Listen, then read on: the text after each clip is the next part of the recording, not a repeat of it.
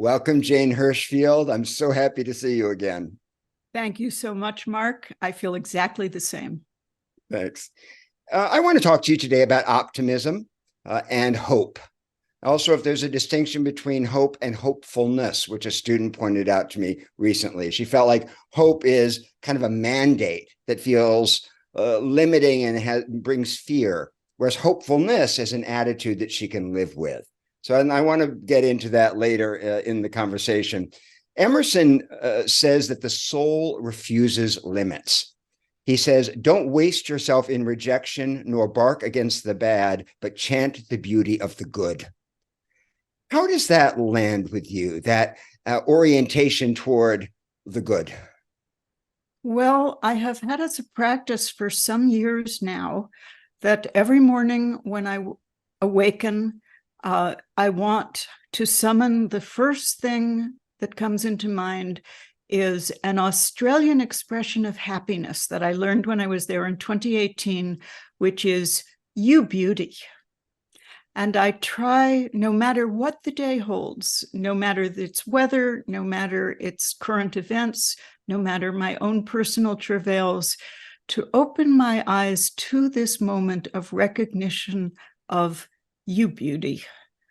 Because there is always beauty to be found. And I have felt more and more, especially I think in these last few years, the enormous gratitude of simply being alive to experience anything.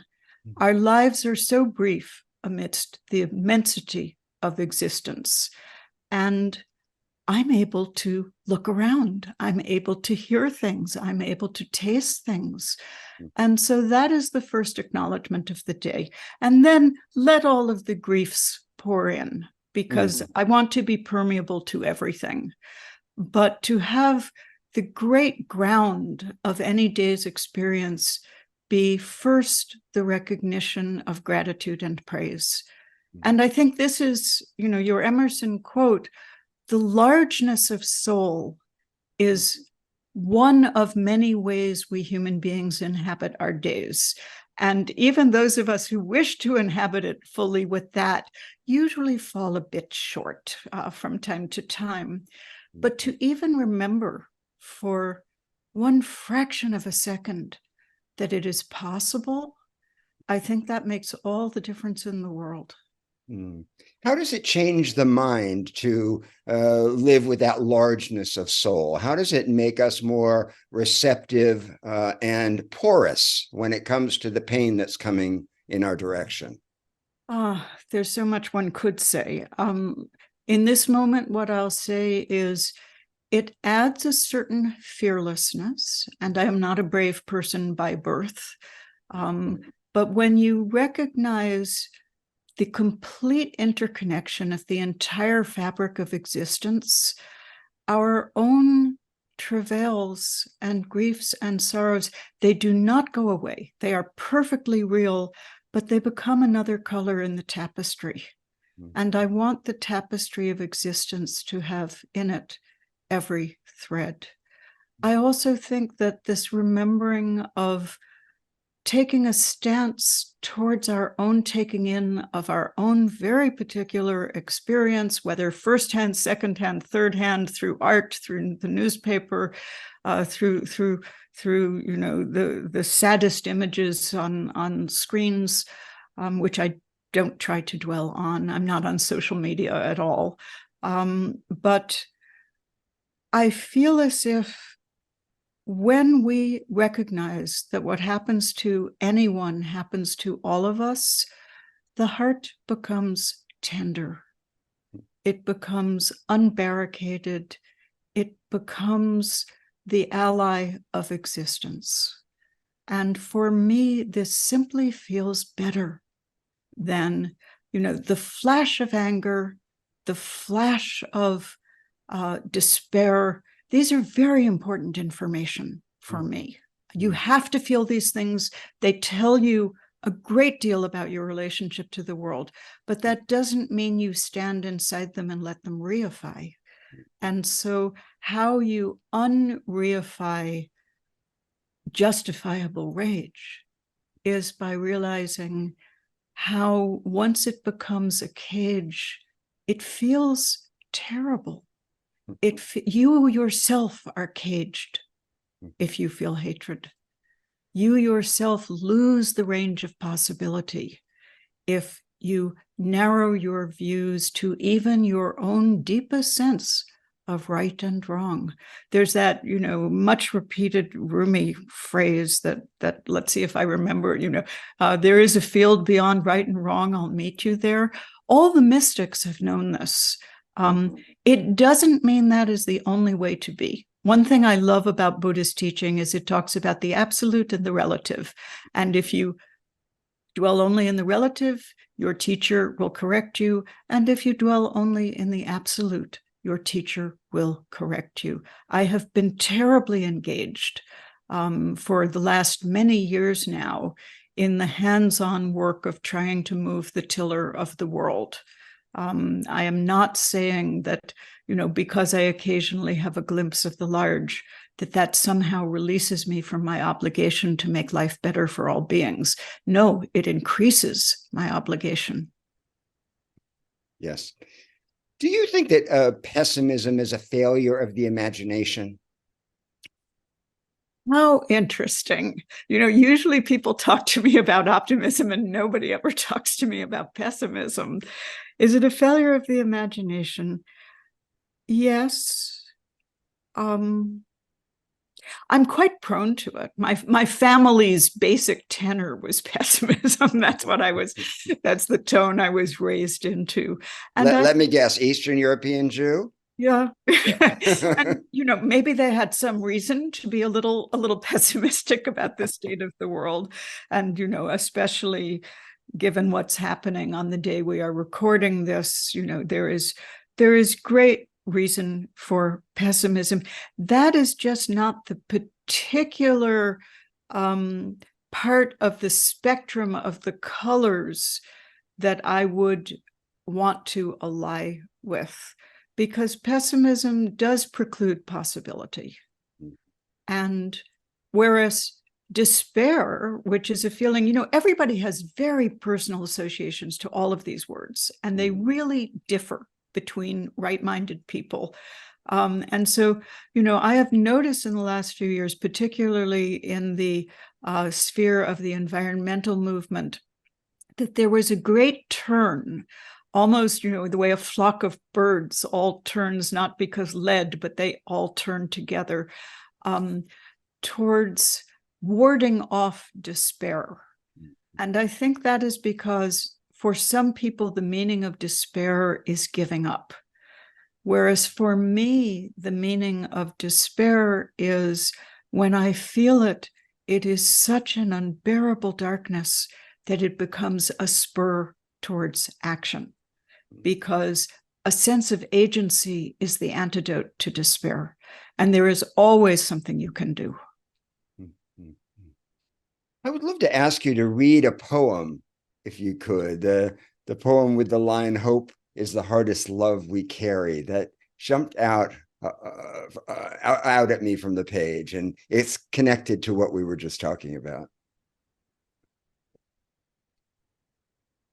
Hope and love. All winter, the blue heron slept among the horses.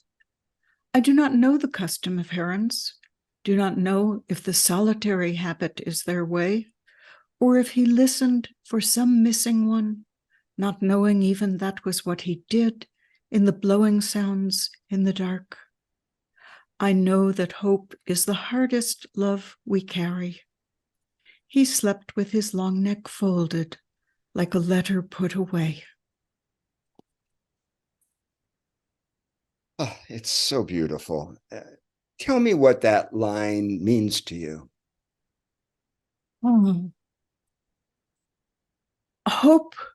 To hope is to stay vulnerable. I think that's what that line means to me, is that, sometimes love showers itself on us, and sometimes love leaves us rather battered on the shore of a failed hope or a failed effort on both people's parts. And so it is nonetheless love. To hope is to turn the antennae of your existence towards connection. Mm-hmm. Connection to other people, vulnerability to other people. And while this poem was indeed written in the context of, eros and relationship, I think it speaks to people because so many have brought it up in so many contexts in ways beyond that. And so, for us to hope right now for the world, particularly in its zones of conflict, that's a hard love to carry. But I would rather carry love than hatred any moment of any day of any week. Yes. William James said that we're not made for hopelessness. We're not built for it. He said the iron bands pinch too hard, meaning that the anguish of despair, the debilitating side of despair, just becomes too intense for us to live with. You said you were not born temperamentally to hopefulness and buoyancy necessarily. So how do you inhabit this zone between hope and surrender to the kind of despair that stops you? I am not sure that a person deserves any credit. I think that there are circumstances that human beings are subjected to that we have read the stories. I think is it refugees in Sweden? There was the story of the children who simply gave up and went to bed. I could have the place wrong, but you're nodding. I think you've heard of what I'm talking about. You cannot blame those children any more than you can blame the mouse in, the antidepressant studies when they throw the mouse in the water and measure how depressed it is by how soon it gives up trying to swim. So, I don't want to turn my back on those who succumb, who give up, who surrender. I just think so much was asked of them. On the other hand, because for most of us, it is possible to work with our lives a little. There's a poem that comes to mind. Can I find it and read it? Yes, I'd love it, please.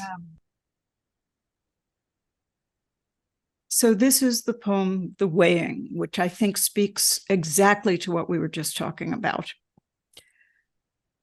The heart's reasons seen clearly. Even the hardest will carry its whip marks and sadness and must be forgiven. As the drought-starved eland forgives the drought-starved lion who finally takes her, enters willingly then the life she cannot refuse, and is lion, is fed, and does not remember the other. So few grains of happiness measured against all the dark, and still the scales balance. The world asks of us only the strength we have, and we give it. Then it asks more, and we give it. So I think we are most of the time more resilient than some of us might believe we are. And to find that resilience is one of the great tasks of a human life. I find it often through the writing of poems. For me, since childhood, this has been the way I have been able to enter the dark experiences, the confusion and bewilderment, the pain of any human life, no matter how lucky it looks from the outside. All lives know pain and suffering and loss and grief, as well as one hopes bliss and radiance and joy and the moment of vanishing into the whole that we call a mystical experience in whatever tradition it might take place, or whatever understanding it might take place. But for me, the way I make malleable and workable the darkest moments is by turning towards what can I do? And sometimes what I can do, for many years, every single day, I took some deliberate outward action. And in recent years, what I've settled on is writing postcards to encourage people to either register to vote or vote early or vote for a particular person, or here's where your polls are if you would like to vote. That has seemed to me here in America now, the best hands-on work that I can offer is just to be one of the people sending handwritten postcards. But in the larger sense and over greater time, it is also for me the great good luck that occasionally I can do something as me rather than as time and a hand and enough money to buy stamps. And so I have found that to think about something more deeply, to feel my way through the dilemma to any kind of inner and outer sense of alchemical transformation, that for me is the great antidote to plunging into darkness and not stopping falling. There's a little poem I won't read in this big book. Its title is the modest title, Changing Everything. And what it describes is walking in the woods, taking up a stick and moving it from one side of the path to the other. And so there, that's done now.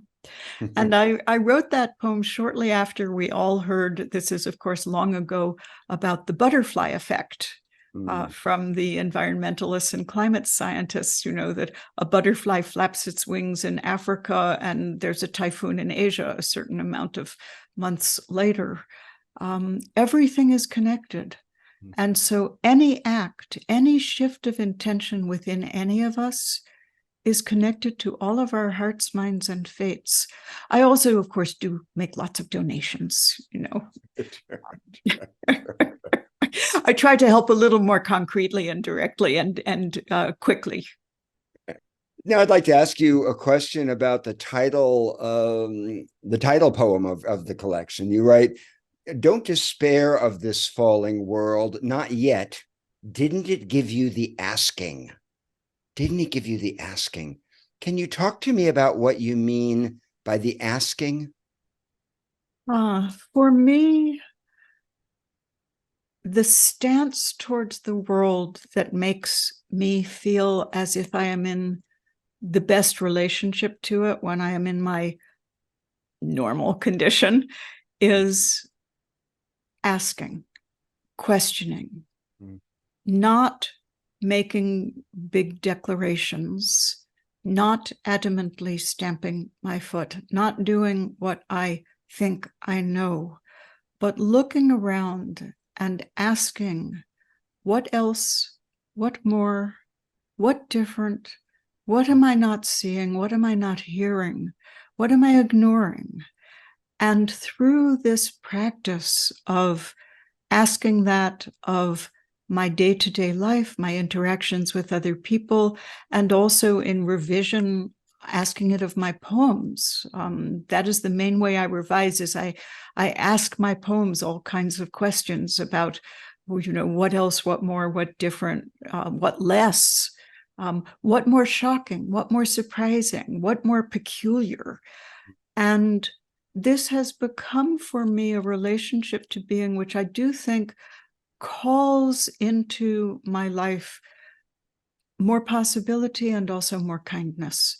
And I always use the word kindness with the awareness of its shared root with the word kin. Kindness and kinship are simply the recognition that we share one fate. And that is very important to me. But then I might be sitting here, in the next moment saying, and how am I sharing this fate with everyone now, today, in this moment? And, maybe my shared fate demands that I'd better wash the dishes because nobody else is going to, and they need washing. And maybe my shared fate means paying attention to the news and taking it in and trying to think, what can I do? Sometimes what I can do, because I lead something of a public life, is speak in public and to try to bring into room after room after room the feeling of compassion and connection rather than the feeling of hatred, separation, and us, them. Mm-hmm.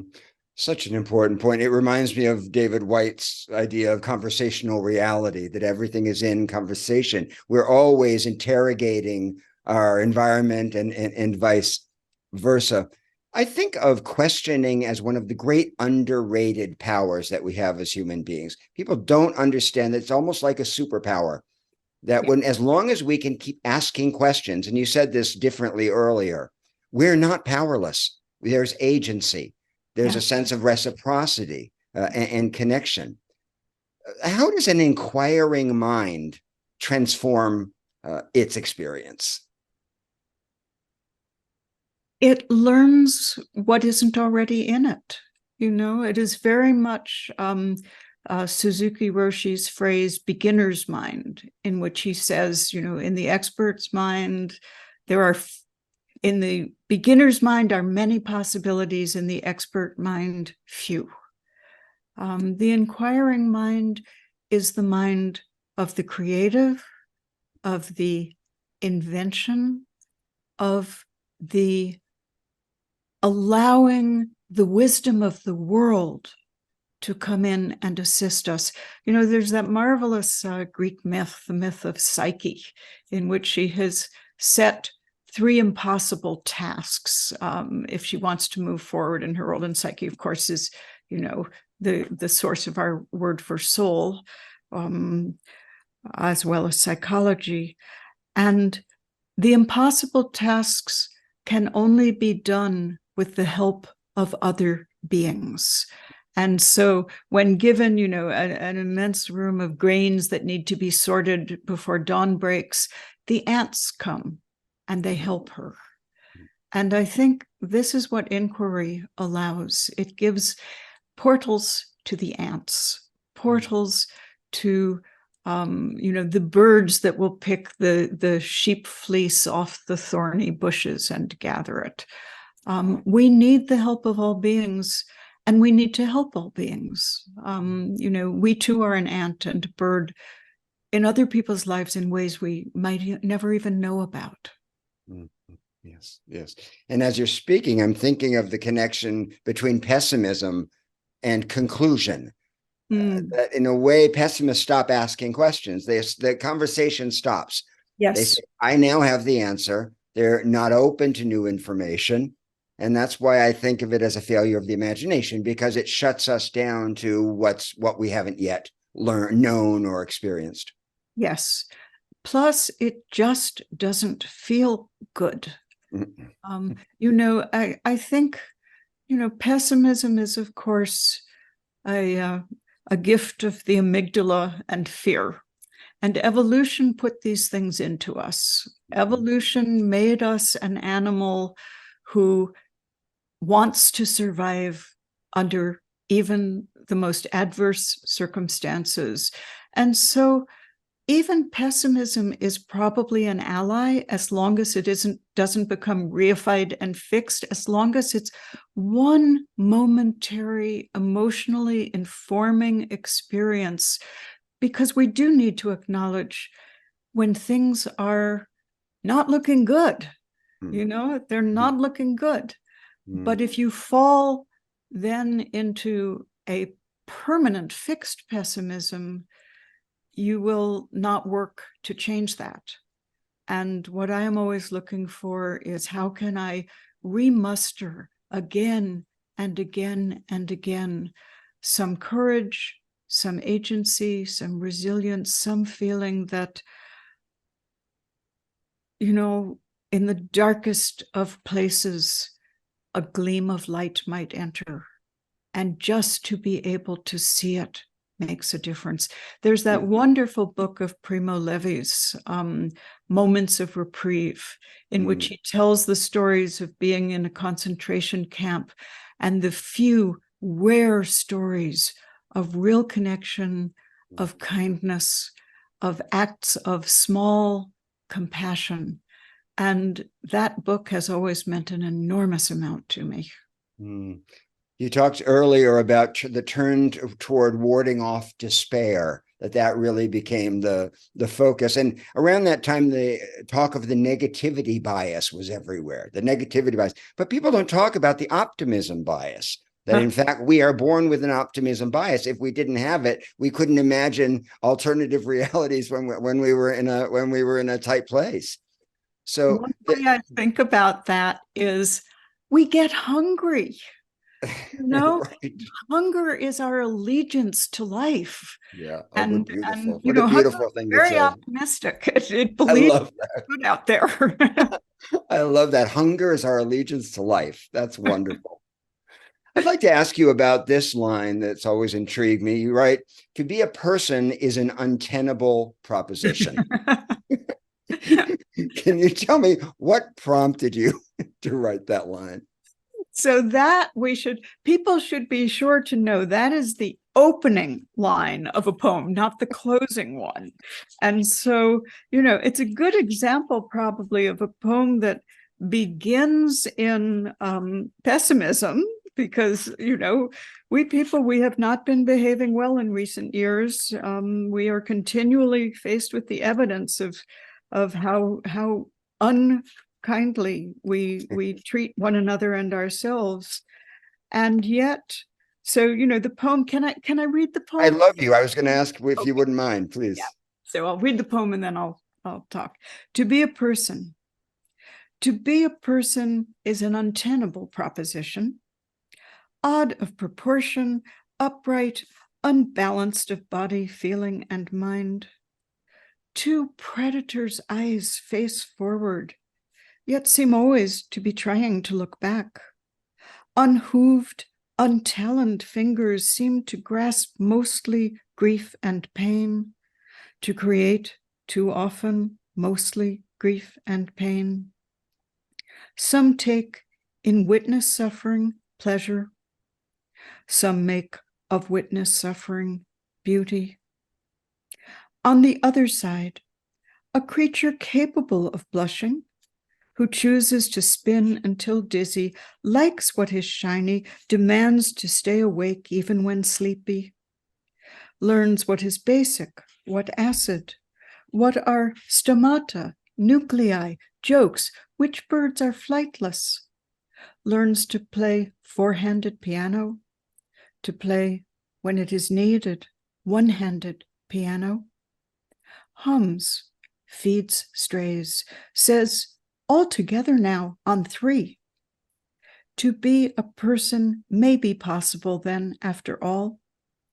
Or the question may be considered still at least open, an unused drawer, a pair of waiting work boots.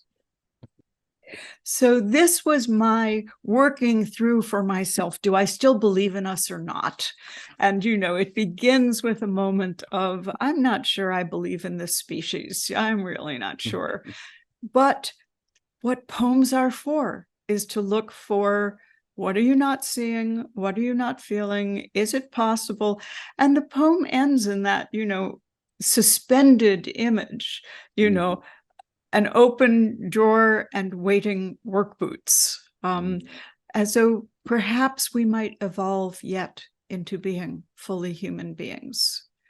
Give us a little time, because after all, we like what's shiny and we don't want to be put to bed even though we're tired, and we spin and we have some possibilities. So the poem is basically walking through that set of thoughts. And, the conclusion remains a bit open.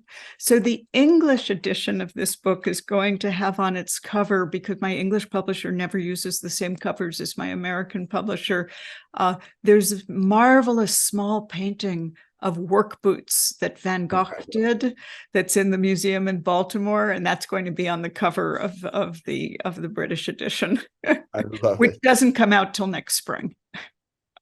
I love it. So you associate optimism and hope with this irrepressible energy that's in us, the thing that doesn't want to go to sleep, the appetite, the thing that's where our vitality and our will to go on comes from, but also adaptation is very important. And you put it this way, you talk about resilience, you say, not the simple resilience of a pillow whose foam returns over and over to the same shape, but the sinuous tenacity of a tree.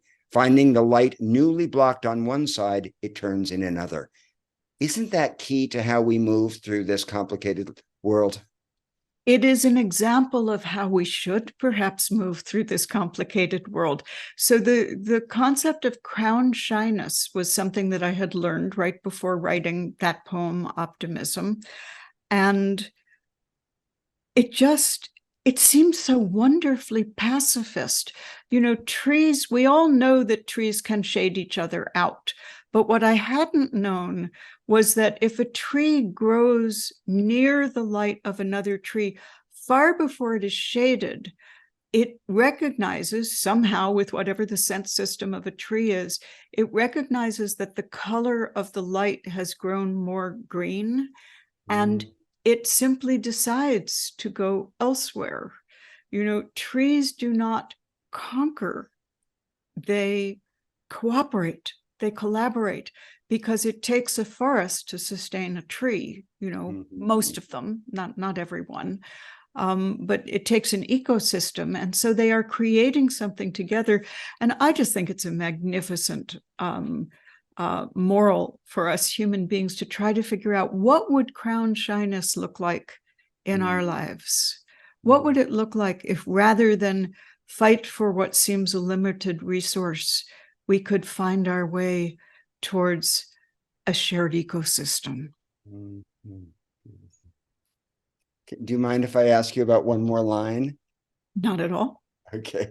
And I'd just like to ask you one last question about a line that I find extremely intriguing, and I think would be a wonderful way to finish our conversation. You say that a bowl held in both hands cannot be filled by the holder. What does that mean for you? Well, it is at the simple level of absolute logic, it is true. If both your hands are occupied holding a bowl, no hand is free to scoop the rice into it.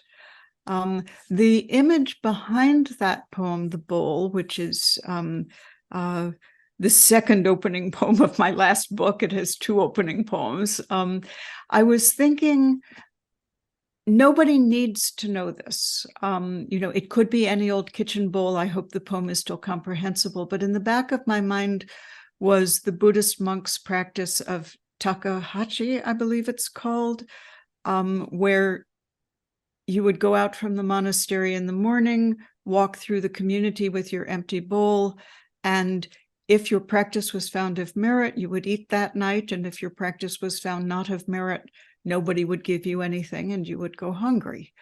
And so this idea of the communal life in which the lay community is doing a certain kind of work, the monastic community is doing another kind of work, and each finds the other sustaining, meaningful, valuable, and is bringing something to the great banquet table that sustains us all. So, just the simple logic of it, but, that bowl, none of us could, put any of us out in the desert for 6 months, and very few would survive. We need one another. I certainly need one another. I have a little vegetable garden out there, but I would have trouble living entirely out of it, even with the great generosity of my fruit trees. One of the great things about poetry, obviously, is that it can be read in so many different ways. When I read that line, it had a different kind of resonance for me. I understand what you're saying. I got Tell me what you thought. A bowl held in both hands cannot be filled by its holder is about control to me. It's something about when we're gripping too hard, we can't feed ourselves. We can't get nourishment from life. It impacts that back and forth sort of conversation that we were talking about earlier. So I love the fact that one can read a line and find what you're looking for in that line. So when I see held in both hands, that was for me that was an image of control, and that was probably the farthest thing from your mind. It was, and what you're saying is absolutely correct, that poems can be read in different ways, yielding different knowledge. There's a term for it in rhetoric, the intentional fallacy, that what the writer thought they were saying is not necessarily what they were in fact saying.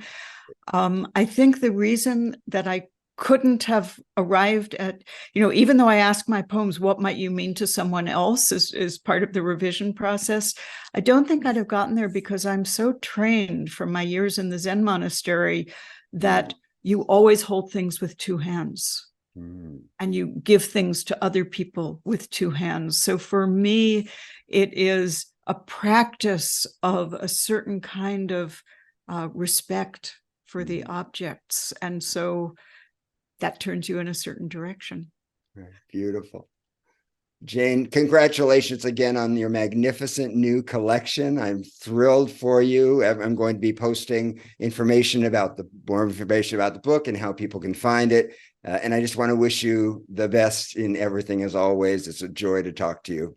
And I thank you for a conversation, which is, as always, different from one I would have had with anyone else.